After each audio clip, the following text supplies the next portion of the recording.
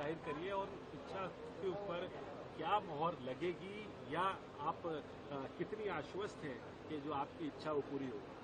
ऐसा है, इच्छा तो मैंने लोकसभा चुनाव से पहले ही जाहिर कर दी थी, आपके सामने भी सबको मालूम।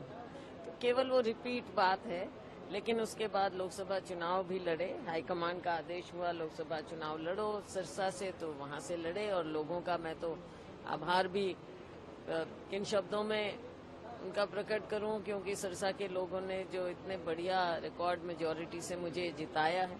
लेकिन अब विधानसभा का चुनाव है और इस पर जो भी सीनियर नेता होते हैं उनके लिए फैसला, वैसे भी सारा फैसला ही हाईकमान का होता है। तो हमारे लिए जो भी आगे आदेश होगा, मैंने हमेशा कहा कि मेरी इच्छा है, लेकिन फाइनल फैसला हाईकमान का होगा। लेकिन मैम, कल से अब तक 24 सांसद नहीं लड़ेंगे चुनाव, लेकिन एक कंडीशन लगाई, आला कमान से बात करें। मैंने भी वही कहा है। और दूसरा भी जो बयान आया है, उस बयान के अंदर से एक नया अध्याय जुड़ जाता है, शुरू हो जाती है, एक नई बहस शुरू हो जाती है। उन्होंने कहा कि जरूरी नहीं है कि मुख्यमंत्री बनने के लिए विधायक बनना जरूरी हो। जिसके पास विधायकों का समर्थन होगा, आलाकमान का समर्थन होगा, वो मुख्यमंत्री बनेगा। को फाइनल ठप्पा हमेशा आलाकमान का। कांग्रेस के सच्चे सिपाही होने के नाते हम आपको कह सकते हैं, और इतिहास बताता है कि हमेशा मुख्यमंत्री वो बनता है जिस पर आलाकमान का ठप्पा लगता है। आलाकमान का ठप्पा एक बार हरियाणा की राजनीति के इतिहास में भी एक बार और लगा था, जब आलाकमान की चली थी। क्या ऐसा पार्ट 2 हो सकता है? नहीं, आप क्या कह रहे हैं कि आलाकमान की चली थी? आलाकमान का ही फैसला है, चलने की बात नहीं है इसमें।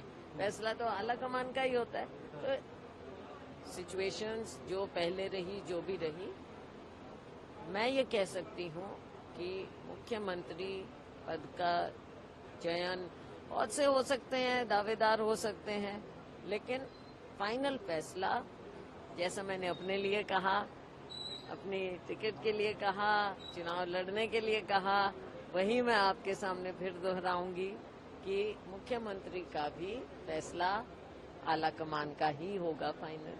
सब पे लागू होता है आलाकमान। अब भाई हम पार्टी के सिपाही हैं, सब पे लागू होगा, किस पे नहीं होगा। हम एक और हरियाणा के अंदर मैं देखता हूँ, हम आपके घर पे खड़े तो क्या माना जाए, बड़ा फील गुड फैक्टर आपके वर्कर्स को आपको दिख रहा है। और हरियाणा में अभी लोकसभा में आप पिछले 19 में 0 पर थे, इस बार आप 5 ले आए। तो अभी सूरत हाल हरियाणा का क्या है, आप लोगों को क्या तस्वीर दिखाई देगी? सूरत हाल ये है कि लोगों को भी नजर भी आ रहा है और लोगों की इच्छा भी है कि कांग्रेस की सरकार बने। 10 साल भाजपा का जो यहाँ पर उनकी कारगुजारी रही, आज भी मुझे नहीं लगता कि इनका कोई ग्रिप है हरियाणा में। अब देखिए, ये लेटेस्ट एग्जाम्पल आप देख लीजिए जो अभी हुआ है चुनाव की तिथि को लेकर। सेंट्रल इलेक्शन कमीशन कुछ कह रहा है, बंद करो। सेंट्रल इलेक्शन कमीशन की डेट वो तय कर रहे हैं, हरियाणा गवर्नमेंट को कुछ उसका आभास भी नहीं है।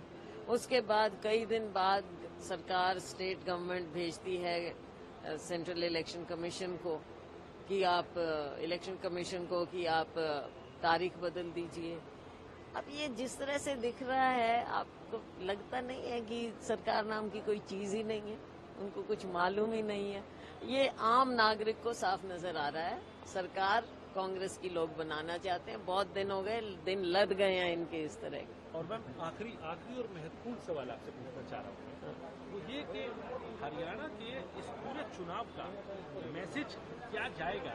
क्योंकि आप कहते हैं कि सरकार वहाँ है नहीं, बीजेपी एक ही बात कहती है कि कांग्रेस के मुद्दे में तो कई चेहरे अलग अलग हैं, कई गुट हैं और कई जो है अलग अलग राय है। पार्टी की, हमारी लोकतांत्रिक पार्टी है, पार्टी की स्ट्रेंथ है कि इतने लोग जमीन पर काम कर रहे हैं।